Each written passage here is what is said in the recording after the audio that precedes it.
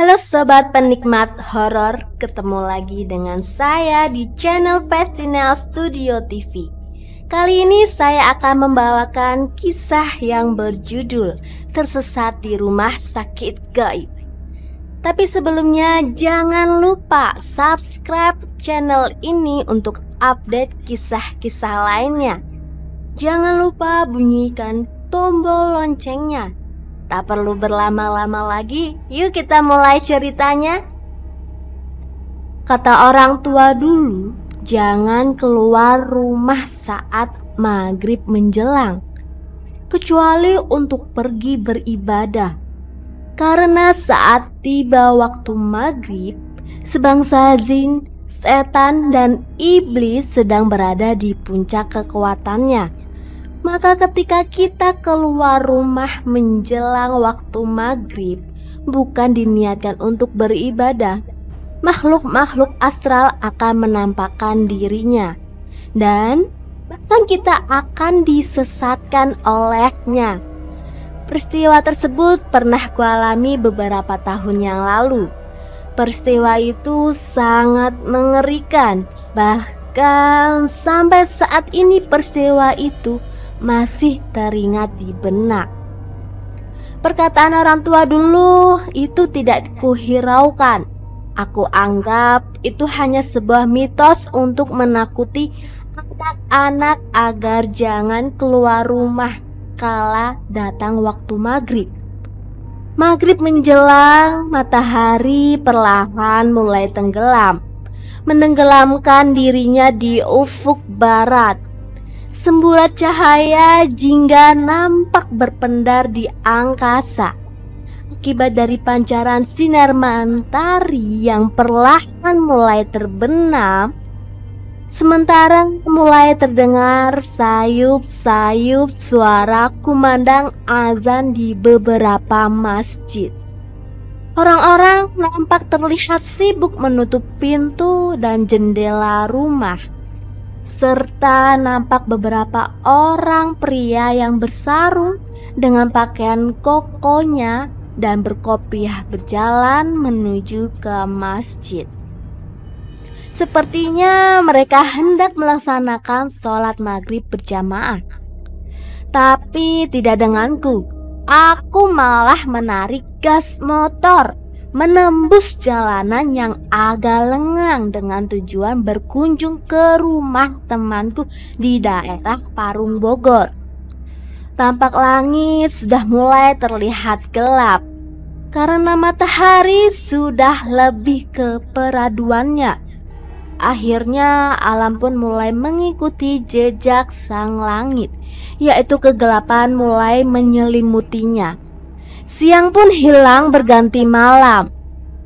Motor yang kutunggangi berjalan kencang menyusuri jalan raya kota Bogor, membelah gedung-gedung dan pertokoan yang berjajar di pinggir jalan raya yang membentang. Sementara angin berhembus kencang menerpa wajahku yang dilapisi oleh helm. Ketika aku sedang fokus melihat ke arah jalan yang terpampang di hadapanku, tiba-tiba entah datang dari mana ada seorang anak kecil yang berlari menyeberangi jalan tepat di depan motorku yang sedang berlaju kencang. Karena kaget dan takut menabraknya, refleks tangan ini membanting stang motor ke arah kiri. Posisi motor yang kutunggangi menjadi berubah arah. Karena panik, aku tidak bisa mengendalikan motorku yang oleng. Malang tidak bisa dihalang. Nasib tidak bisa ditepis karena tidak bisa menghindar. Motorku menabrak tiang listrik yang menjulang. Motor yang menindih kaki ini membuat kakiku terasa berat dan sakit. Helm yang terpasang di kepalaku terlepas dan terpelanting entah kemana. Dahiku terasa sakit dan terasa basah saat kuraba kepala, dan wajah ini Cairan kental berwarna merah mengalir memenuhi wajahku. Bau amis dari darah yang mengalir dari luka di dahi menyeruak menembus hidungku. Kepalaku terasa pening. Penglihatanku menjadi gelap kekuningan. Tubuhku terkapar di pinggir jalan sendirian dengan rasa sakit dan menahan beban motor yang menindih tubuh ini. Sementara di area tempat laka lantas yang menimpa diriku itu masih sepi. Bahkan tidak ada satu orang pun yang hendak untuk dimintai pertolongan. Dan anehnya, anak yang menyeberang tadi tidak terlihat sama sekali. Tidak berapa lama, entah datang dari mana, tiba-tiba terdengar suara sirine mobil ambulans yang mendekat ke arahku. Aku masih tersadar, nampak samar muncul dua orang pria berpakaian serba putih. Sepertinya dua orang itu adalah petugas medis yang turun dari mobil ambulans hendak menolongku. Petugas medis tersebut membawa tandu yang dikeluarkan dari ambulans. Setelah berada di hadapanku, mereka segera mengangkat dan memindahkan motor yang menindih kakiku. Lalu kedua petugas medis itu segera memindahkan tubuhku ke atas tandu. Selanjutnya, mereka membawaku ke arah ambulans yang terparkir tidak jauh dari tempat kejadian kecelakaan tersebut. Selanjutnya, mereka memasukkanku ke dalam mobil ambulans. Tidak berapa lama, mobil ambulans yang kami tumpangi bergerak maju menyusuri jalanan kota Bogor. Nampak seorang petugas medis laki-laki yang menyertaiku sedang membersihkan luka di keningku, lalu segera diperbannya. Entah kenapa, setelah diperban oleh petugas medis tersebut, kepala ini semakin pusing. Penglihatanku menjadi buram dan gelap. Akhirnya aku tidak sadarkan diri. Aku tersadar ketika sudah berada di rumah sakit. Di rumah sakit nampak ramai orang-orang yang berlalu lalang dan tentunya nampak terlihat berbagai macam orang yang sakit. Pun di antaranya beberapa petugas medis yang sedang sibuk merawat pasien-pasiennya. Tapi anehnya, semua orang yang berada di rumah sakit ini wajahnya tampak pucat, serta ekspresi wajahnya terlihat datar dan kosong. Sama halnya dengan kedua petugas medis yang membawaku ke rumah sakit ini. Ekspresi wajahnya terlihat kosong dan pucat. Setelah sampai di sebuah ruangan, aku segera dimasukkan ke ruangan tersebut. Ruangan yang akan kutinggali sementara. Dan sekaligus untuk merawatku itu tampak kosong. Yang terlihat hanya dua tempat tidur yang tersekat oleh gorden berwarna putih. Lalu kedua petugas medis itu segera pergi meninggalkanku sendirian di ruangan ini. Tidak berapa lama datang seorang dokter dan perawat untuk memeriksa keadaanku. Dokter itu segera memeriksaku, sekaligus perban yang membalut di kepala ini diganti oleh perawat. Anehnya, selama pemeriksaan dan perawatan dokter dan perawat tersebut tidak berbicara sepatah kata pun. Bahkan wajahnya terlihat pucat, datar, kosong dan tanpa berekspresi sedikit pun. Setelah memeriksa dan merawatku, dokter dan perawat pun berlalu pergi meninggalkanku. Sementara di ruangan ini aku hanya sendirian tanpa ada pasien yang lainnya. Kutatap langit-langit ruangan ini. Mata ini mulai terasa berat. Rasa kantuk mulai menjalar ke mata. Akhirnya aku tertidur di ruangan rumah sakit. Yang entah ini rumah sakit apa dan rumah sakit di daerah mana. Aku terbangun karena mendengar suara berisik seseorang yang merintih kesakitan di sebelah tempat tidur yang satunya lagi. Kulirik jam yang melilit di lengan ini, nampak jarum pendeknya mengarah ke angka 2. Sejenak aku terdiam mengingat kembali kejadian yang telah berlalu. Benak ini mengingatkanku tentang kecelakaan yang terjadi beberapa waktu yang lalu. Dan sekarang aku sedang berada di sebuah rumah sakit yang entah ini rumah sakit apa dan berada di daerah mana. Suara rintihan itu kembali terdengar di sebelah tempat tidur yang tersekat oleh gorden yang berwarna putih. Nampak di balik gorden itu ada sosok bayangan seseorang yang sedang berbaring di atas ranjang di sebelah tempat tidurku. Pikirku, mungkin seseorang itu adalah pasien yang baru datang ke ruangan ini ketika aku sedang tertidur pulas. Pasien di sebelahku itu terus merintih, seperti mengalami kesakitan yang luar biasa. Terkadang terdengar menangis miris dan terkadang juga meracau. Bahkan berbicara sendiri sambil berbisik lirih seperti sedang berkomunikasi dengan seseorang. Bulu kuduku jadi meremang kala menyaksikan kelakuan pasien di sebelahku yang terlihat aneh. Di ruangan ini terasa dingin, lalu ku tarik selimut untuk meminimalisir rasa dingin di tubuh. Aku lupa memberi kabar keluarga di rumah kalau aku mengalami musibah kecelakaan lalu lintas. Dan saat ini aku sedang berada di rumah sakit. Kurogoh saku celana ini untuk mengambil HP. Lalu kucoba untuk menelepon keluarga di rumah dengan tujuan untuk memberitahu kabar keberadaan dan keadaanku.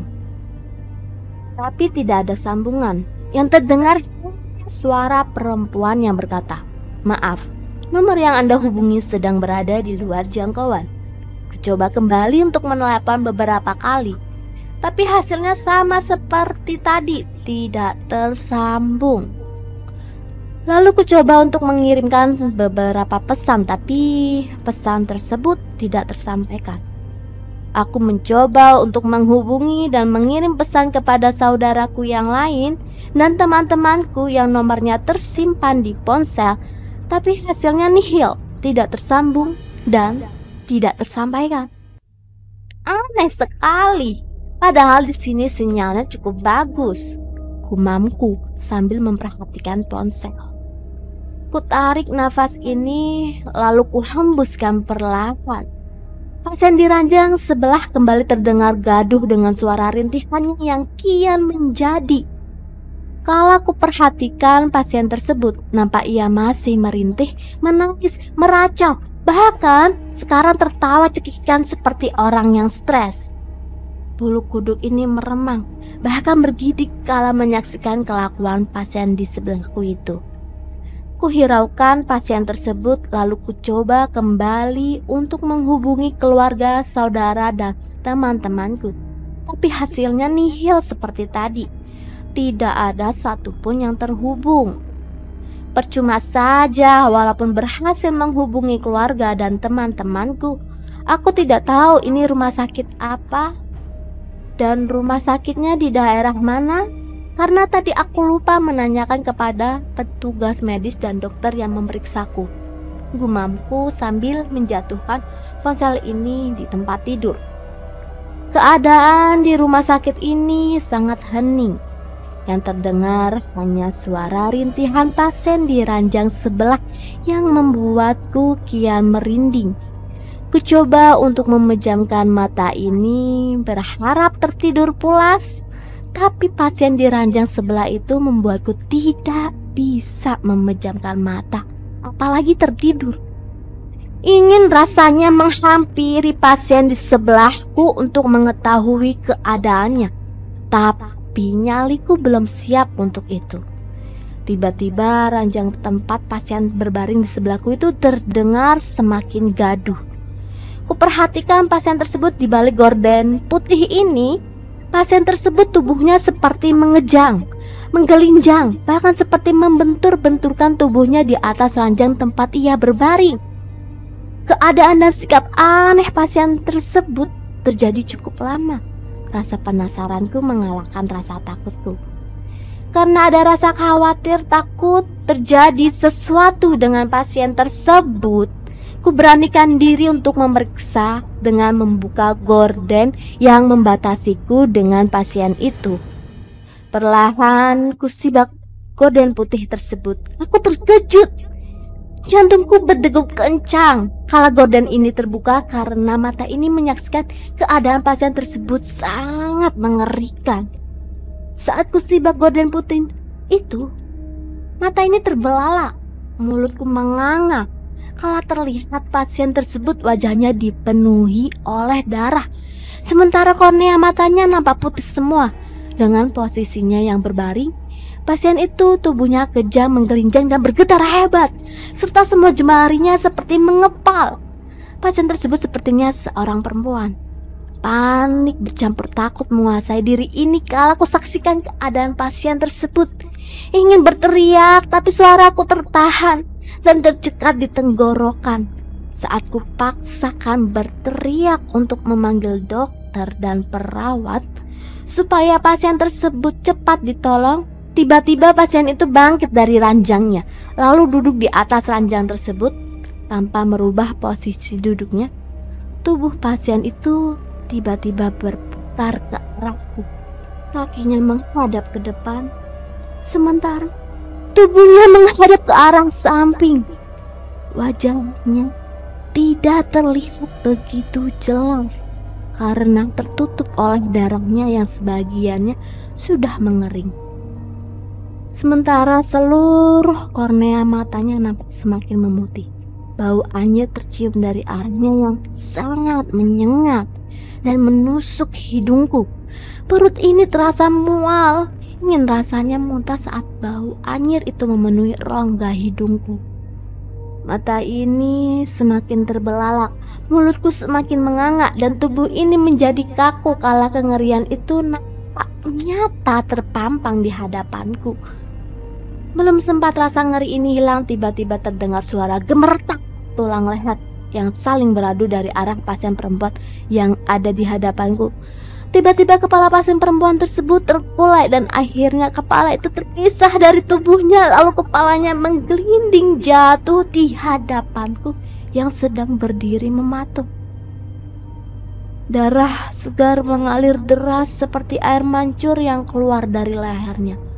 Nampak tulang leher yang berwarna putih itu mencuat bercampur dengan warna merah darah. Akhirnya pasien yang berada di hadapanku itu bertubuh tanpa kepala. Tubuh tanpa kepala itu perlahan bergerak maju. Keadaanku semakin panik dan kalut. Sekarang panikan ini tubuhku menjadi kaku, diam, tetap bergeming.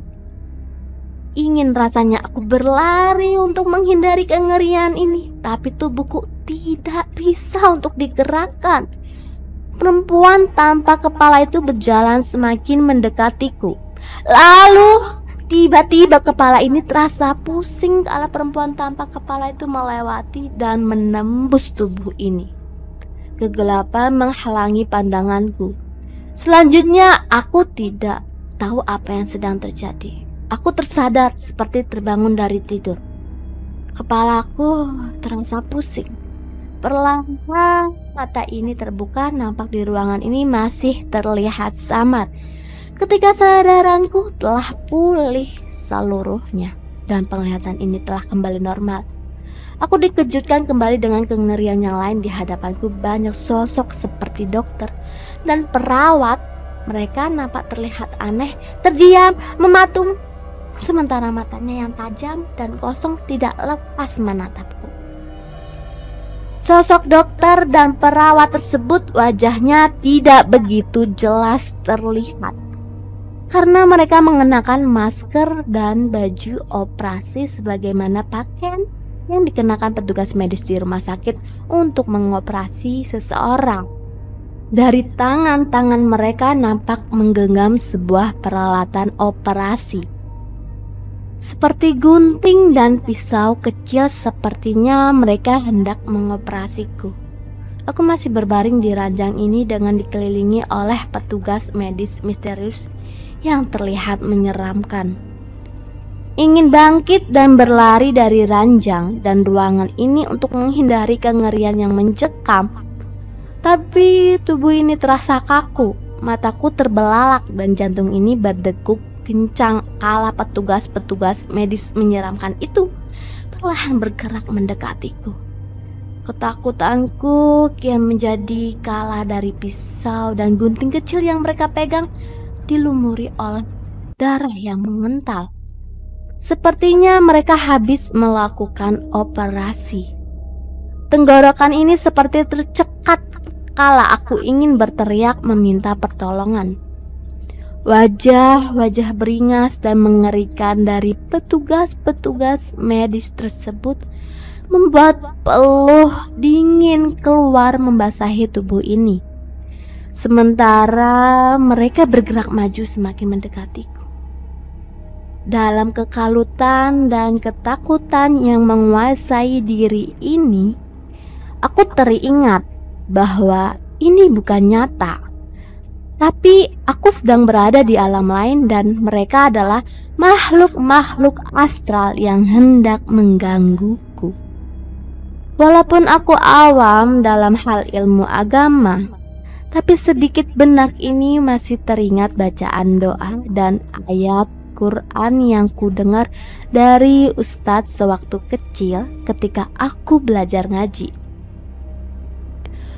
Mulut ini spontan mengucapkan istighfar, ayat Quran dan doa yang kuingat. Tiba-tiba tubuh ini terasa ringan, tidak kaku seperti tadi. Segera aku bangkit dan beranjak pergi dari kengerian ini. Aku berlari menuju pintu keluar sambil tidak berhenti mengucapkan istighfar. Ketika telah sampai di depan pintu dengan tujuan untuk keluar dan meninggalkan tempat ini, aku semakin panik karena pintu ini tidak bisa terbuka, seperti dikunci, sementara dokter dan perawat-perawat itu masih bergerak maju hendak memburuku. Pintu yang hendak kubuka mendadak tidak bisa dibuka. Pintu ini seperti sengaja dikunci. Aku semakin panik kala petugas-petugas medis menyeramkan itu masih berjalan maju ke arahku. Ketika aku sedang panik menyaksikan kengerian ini, tiba-tiba seperti ada tangan pucat yang menggenggam kaki ini. Tangan pucat itu terasa dingin saat menggenggam erat kaki ini. Saat kulihat siapa gerangan yang menggenggam kakiku, dadaku naik turun bersamaan dengan detak jantungku yang terasa berdegup kencang. Karena yang menggenggam kakiku adalah sosok perempuan berambut panjang yang mengenakan pakaian perawat, sementara wajahnya tidak terlihat karena terhalang oleh rambutnya yang panjang dan acak-acakan. "Tolong!" teriakku meminta tolong agar aku cepat terbebas dari kengerian ini. Astagfirullah, astagfirullah, astagfirullahaladzim. Ucapan istighfar terdengar dari mulutku yang bergetar. Aku tidak berhenti mengucapkan kalimat istighfar sambil memejamkan mata ini, agar kengerian yang terpampang di hadapanku tidak terlihat kembali. Tapi kengerian itu tidak kunjung pergi. Ketakutan ini semakin menjadi kalah tubuhku, seperti ada yang menggerayangi. Lalu bau amis dan bangkai menyeruak memenuhi hidung ini. Dari telingaku seperti ada seseorang yang berbisik lirih. Sementara mataku masih terpejam karena aku enggan menyaksikan kengerian-kengerian yang terus mengganggu. "Kamu akan tinggal di sini untuk selamanya dan akan kami rawat seperti pasien-pasien yang lainnya." Bisikan itu semakin menakutiku. Bau amis dan bangkai yang memenuhi rongga hidung ini membuatku pusing dan perut yang terasa mual. Akhirnya aku kembali pingsan dalam ketakutan yang menguasai diri ini. Aku terbangun dari pingsan Kuedarkan mata ini untuk melihat ke sekeliling. Ruangannya nampak telah usang. Belum hilang dari kengerian dan trauma aku semalam, aku dikejutkan kembali dengan keadaan ruangan dan bangunan rumah sakit ini. Rumah sakit ini ternyata bangunan yang telah usang, dan sepertinya bangunan ini sudah lama terbengkalai, bahkan sudah tidak terpakai. Nampak tembok bangunan yang telah lusuh, kotor oleh debu, dan ada beberapa bekas coretan pilok, serta banyak jaring laba-laba yang menghiasi dan memenuhi bangunan tua ini. Aku bergidik kala teringat kembali dengan pasien dan petugas-petugas medis yang mengerikan semalam. Kualihkan pandangan ini untuk melihat ke sebuah ranjang yang ditempati oleh pasien perempuan semalam. Dia sudah tidak ada di tempatnya, yang terlihat hanya pemandangan sebuah ranjang besi yang sudah berkarat, usang, dan kotor. Keadaan ranjang tersebut sama dengan ranjang yang kutempati semalam, kotor, berkarat, dan tanpa ada alas kasur di atasnya. Tidak seperti yang kulihat semalam, dilapisi oleh kasur dan spray yang rapih juga bersih. Dan juga para petugas-petugas medis yang menyeramkan hendak memburuku pun sudah tidak ada. Sebenarnya aku ini sedang berada di mana? Gumamku bingung, karena merasa tidak percaya dengan apa yang kualami hari ini. Kuraba kepalaku yang cedera bekas kecelakaan kemarin, bahkan sempat diperban oleh perawat semalam. Aneh, karena perban tersebut sudah tidak ada di kepalaku, sementara luka di kepala ini walaupun sudah agak kering tapi masih terasa sakit. Tubuh ini kembali bergidik kala ku alami kejadian demi kejadian seharian ini. Walaupun kepala ini masih terasa pusing dan kakiku masih terasa sakit, tapi segera ku beranjak untuk pergi dari tempat mengerikan ini. Ku ambil ponsel yang tergeletak di atas ranjang. Selanjutnya ku langkahkan kaki ini untuk keluar dari bangunan yang sudah tua dimakan usia. Pagi sekitar pukul 7 aku sedang berada di luar bangunan ini. Nampak cuaca terlihat cerah karena matahari memancarkan teriknya, dan nampak langit membentang biru dengan dihiasi sedikit awan putih. Sebelum melanjutkan untuk melangkahkan kaki ini, kulihat kembali bangunan tua tersebut. Dari luar nampak bangunan tua tersebut seperti bekas rumah sakit yang sudah tidak terpakai dan terbengkalai, serta sudah hampir roboh. Dari ujung bangunan tua itu terlihat seperti ada tulisan UGD yang tulisannya sudah lapuk dan usang. Dari bangunan tua tersebut sekitar kurang lebih 50 meter terlihat ada bangunan masjid. Ucapan Alhamdulillah terucap dalam lisan ini setelah melihat masjid tersebut, karena aku bersyukur masih bisa selamat. Selanjutnya aku melangkah untuk menuju ke masjid itu. Akhirnya aku telah sampai di masjid tersebut dan alhamdulillahnya aku bertemu dengan seseorang yang sedang duduk di teras masjid. Ku dekati orang tersebut, lalu aku bertanya kepadanya tentang keberadaan daerah ini. Alhamdulillah, di masjid tersebut aku bertemu dengan bapak-bapak. Ia sedang duduk di teras masjid, sementara tubuhnya disandarkan pada dinding tembok masjid. Setelah sampai di hadapannya, aku ucapkan salam lalu aku duduk di sebelahnya. Assalamualaikum Pak, apakah boleh saya ikut istirahat di sini? Bapak itu agak terkejut dengan kedatanganku secara mendadak. Ucapannya agak terjeda ketika hendak menjawab salamku. Waalaikumsalam, silahkan. Oh iya Pak, perkenalkan nama saya Ardan, ucapku kembali sambil menyodorkan tangan ini untuk berjabat tangan. Sementara sodoran tanganku disambut oleh bapak tersebut. Sebelumnya maaf nih Pak, kalau kedatangan saya mengagetkan dan mengganggu bapak yang sedang istirahat. Saya mau bertanya, "Ade mau tanya apa?" timpal bapak tersebut yang terlihat heran dengan keadaanku dan penampilanku yang agak kotor dan lusuh. "Sebenarnya ini daerah mana ya, Pak?" tanyaku kembali pada bapak tersebut yang memperhatikanku dari ujung kaki hingga ujung kepala. "Ini daerah Sukabumi. Emang ada orang mana dan mau kemana?" jawabnya sambil balik bertanya. Nampak dari raut kening bapak itu terlihat mengkerut. Sejenak aku tertegun dan merasa terkejut dengan jawaban bapak tersebut. Dalam hati ini berbicara dan bertanya-tanya, kenapa aku sampai berada di daerah Sukabumi? Siapa yang membawaku ke sini?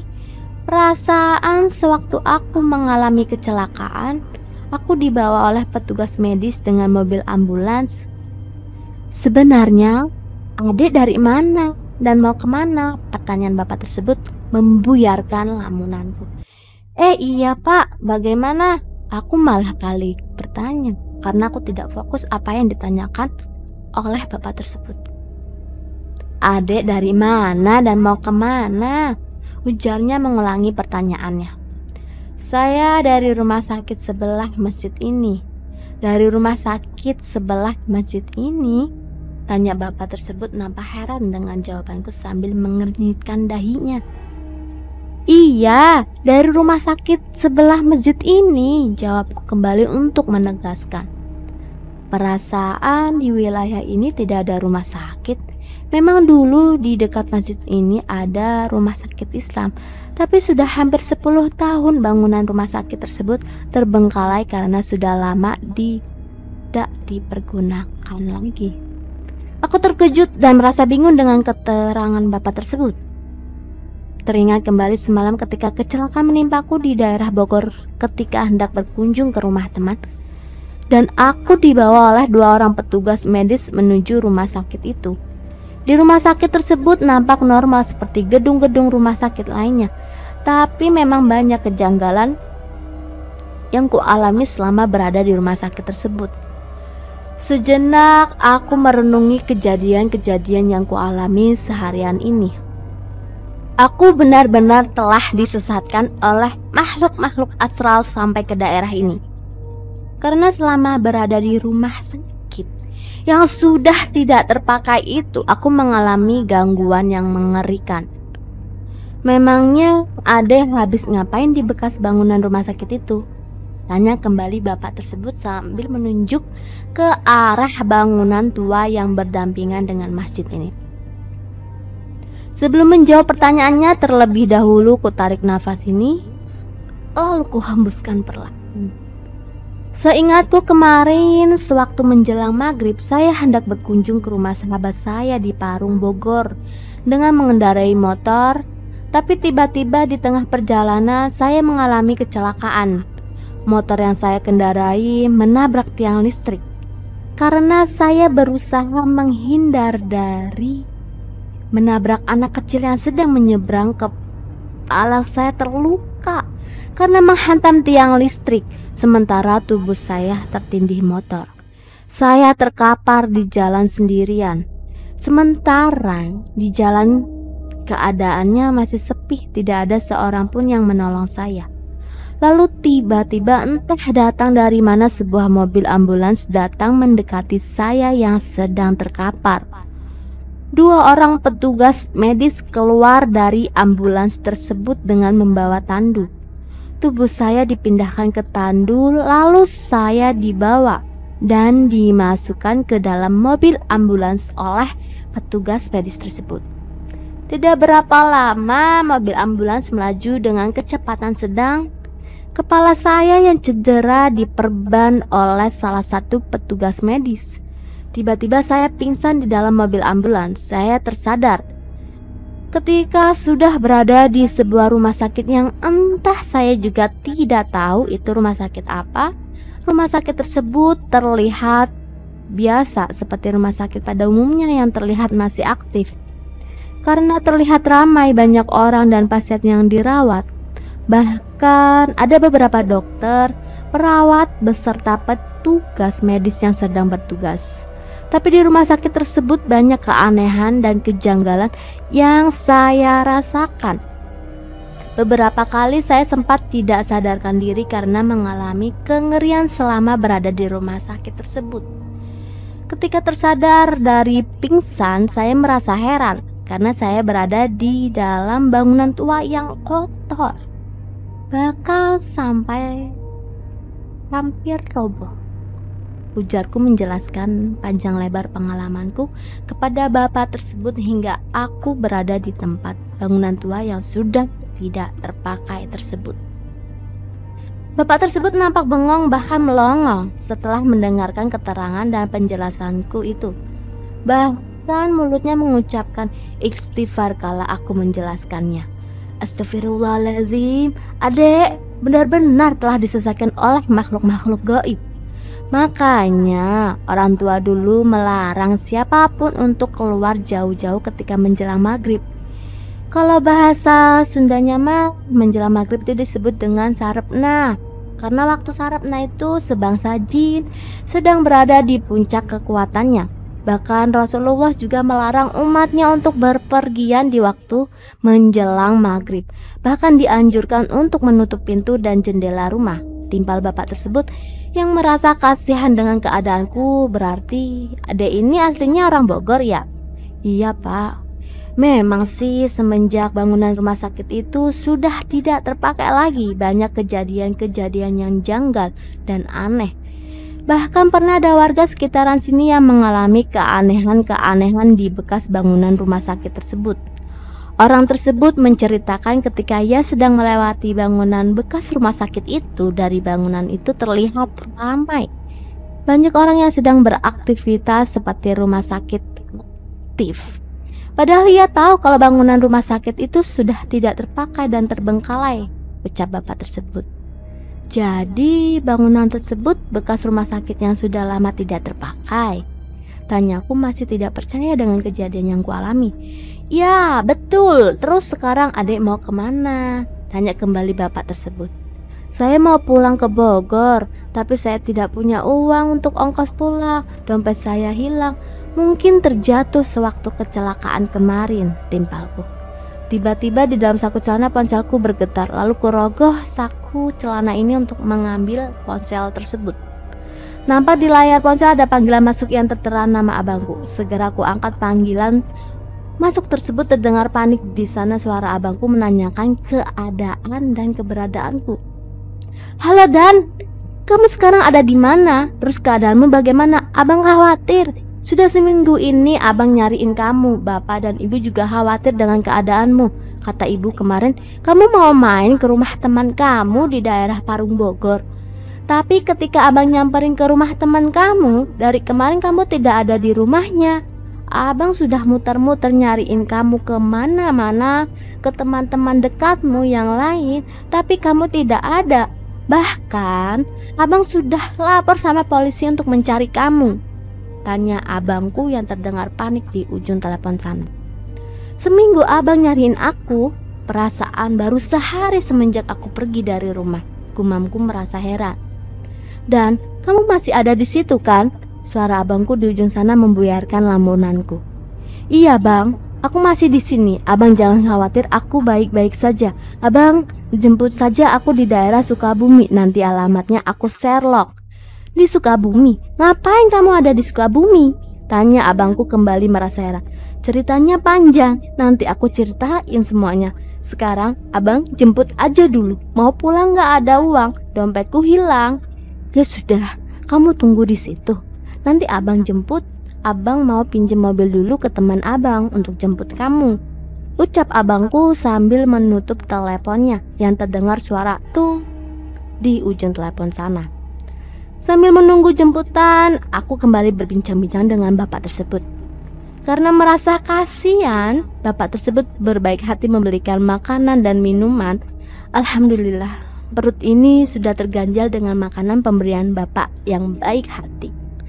Lama menunggu kurang lebih 4 jam, akhirnya abangku telah sampai dengan membawa mobil Innova yang ia pinjam dari temannya.